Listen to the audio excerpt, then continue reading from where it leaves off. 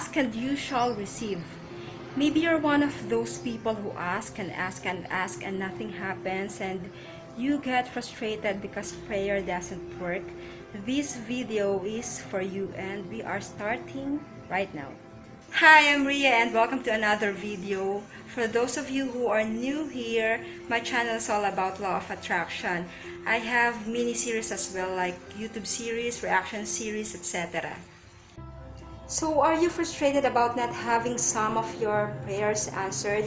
Maybe you're praying for something, you're asking for healing, for miracle, for peace, for financial freedom and any other things. You are pleading and pleading and pleading and nothing is happening.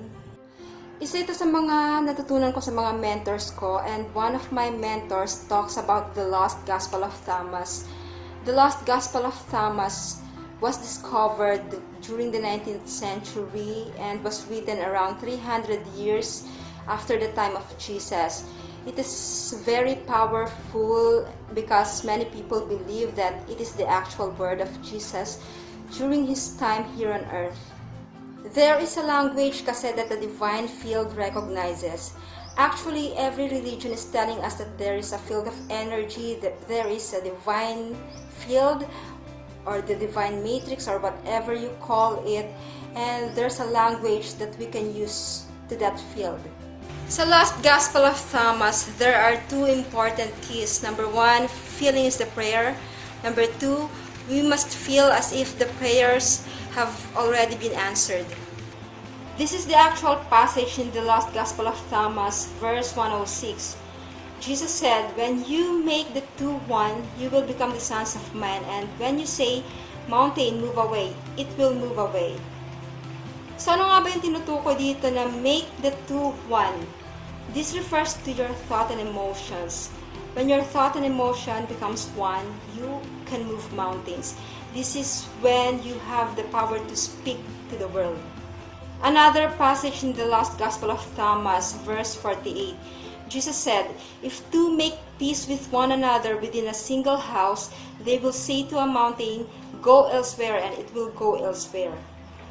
Do you remember when Jesus was talking about temple or house? He was actually referring to you and me. We are God's temple. So sabi dito, if two make peace with one another within a single house, yung sinasabing two dito refers to your thought and emotions, and single house is you, the temple of God. When your thought and emotion becomes one, you can move mountains. You can say to the mountains, go elsewhere, and it will move. Napaka-importante nito because this was recorded at least 3 times in the same gospel. Ganun ka-powerful when thought and emotion becomes one. It is when miracles happen. Kasi when you marry thought and emotions, you are creating a feeling in your body. Siguro naman narinig nyo na yung isa sa mga famous passage in the Bible. Ask and you shall receive.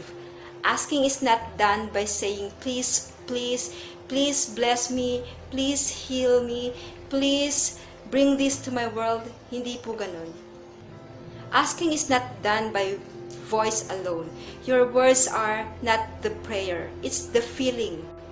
Your most powerful prayer is your feeling. Kagaya ng sinabi ko kanina, there is a language that the divine field recognizes. Hindi na recognize ng divine field or divine matrix or whatever you call it, yung words mo. Your voice or yung mga sinasabi mo. It recognizes the power of your heart. When you marry your thought and emotion, you are creating a feeling in your heart, and that is the language the divine field recognizes.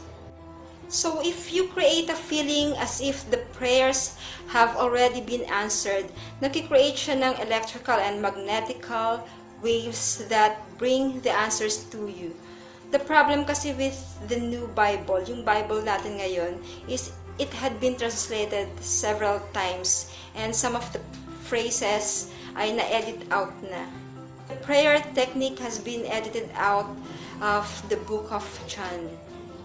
The Bible we have right now says in the book of John 16, verse 23 and 24 says, in that day you will no longer ask me anything. Very truly I tell you, my Father will give you whatever you ask in my name. 24. Until now, you have not asked for anything in my name. Ask and you will receive, and your joy will be complete. So the question is, how do we ask? The passage originally said, all things that you ask straightly and directly from inside my name, you shall be given. So far, you have not done this. Ask without hidden motive and be surrounded by your answers. Be enveloped by what you desire, that your gladness be full.